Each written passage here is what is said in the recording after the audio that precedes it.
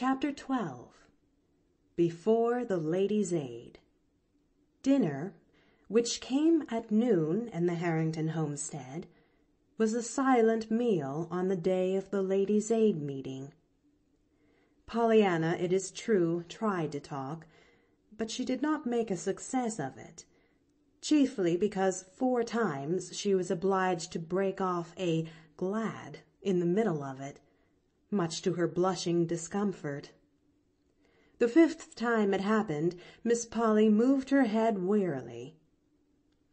"There, child, say it if you want to," she sighed. "I'm sure I'd rather you did than not if it's going to make all this fuss." Pollyanna's puckered little face cleared. "Oh, thank you. I'm afraid it would be pretty hard not to say it. You see, I've played it so long." "You've what?" demanded Aunt Polly. "Played it. The game, you know, that Father—" Pollyanna stopped with a painful blush at finding herself so soon again on forbidden ground. Aunt Polly frowned and said nothing. The rest of the meal was a silent one.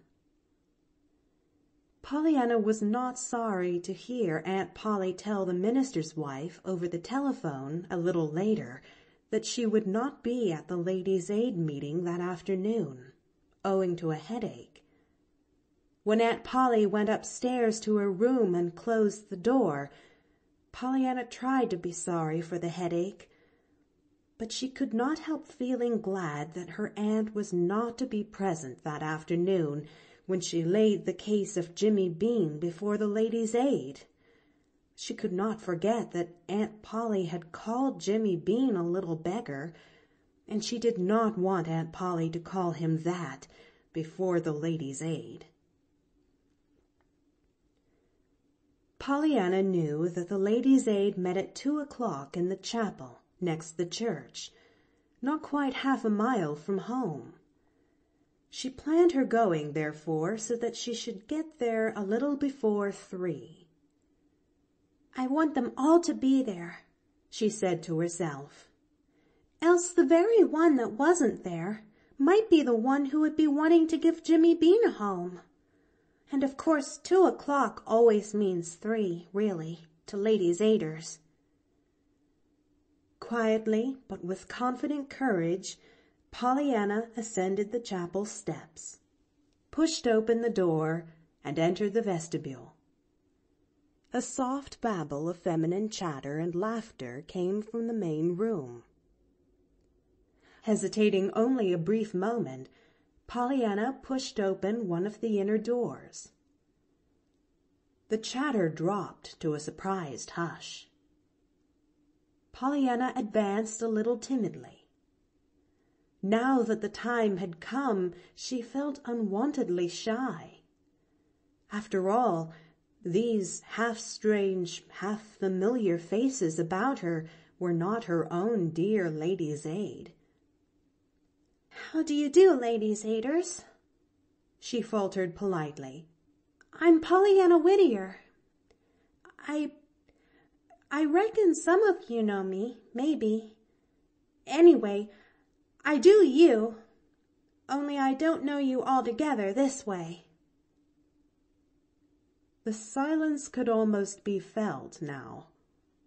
Some of the ladies did know this rather extraordinary niece of their fellow member, and nearly all had heard of her, but not one of them could think of anything to say just then. I've come to lay the case before you," stammered Pollyanna after a moment, unconsciously falling into her father's familiar phraseology. There was a slight rustle. Did your aunt send you, my dear?" asked Mrs. Ford, the minister's wife. Pollyanna colored a little. "Oh, no. I came all by myself. You see, I'm used to Ladies' Aiders. It was Ladies' Aiders that brought me up. with Father." Somebody tittered hysterically, and the minister's wife frowned. "Yes, dear. What is it?" "Well,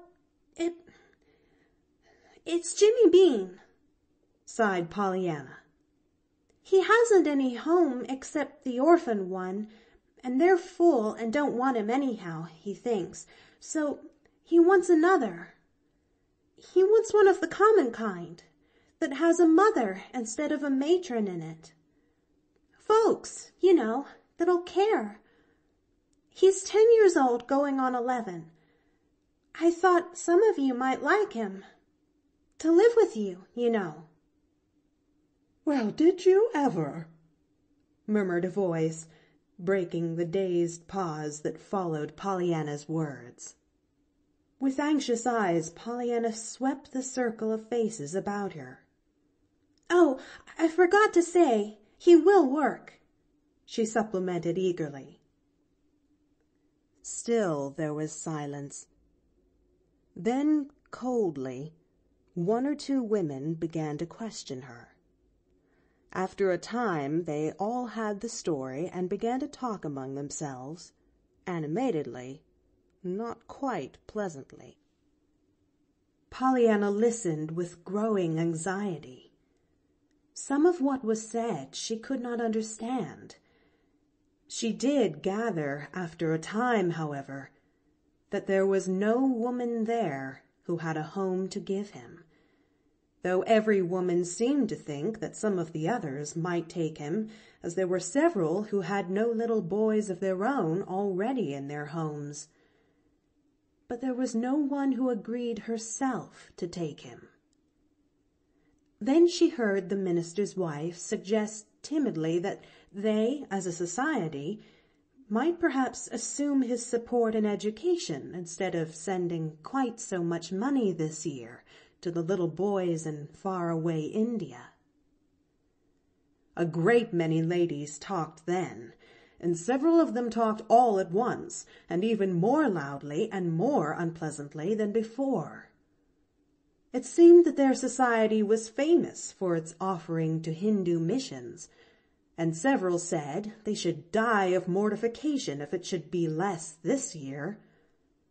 Some of what was said at this time Pollyanna again thought she could not have understood, too, for it sounded almost as if they did not care at all what the money did, so long as the sum opposite the name of their society in a certain report headed the list. And of course that could not be what they meant at all. But it was all very confusing and not quite pleasant, so that Pollyanna was glad indeed when at last she found herself outside in the hushed, sweet air. Only she was very sorry, too, for she knew it was not going to be easy, or anything but sad, to tell Jimmy Bean tomorrow that the Ladies' Aid had decided that they would rather send all their money to bring up the little India boys than to save out enough to bring up one little boy in their own town, for which they would not get a bit of credit in the report, according to the tall lady who wore spectacles. "Not but that it's good, of course, to send money to the heathen. And I shouldn't want 'em not to send some there," sighed Pollyanna to herself as she trudged sorrowfully along. "But they acted as if little boys here weren't any account.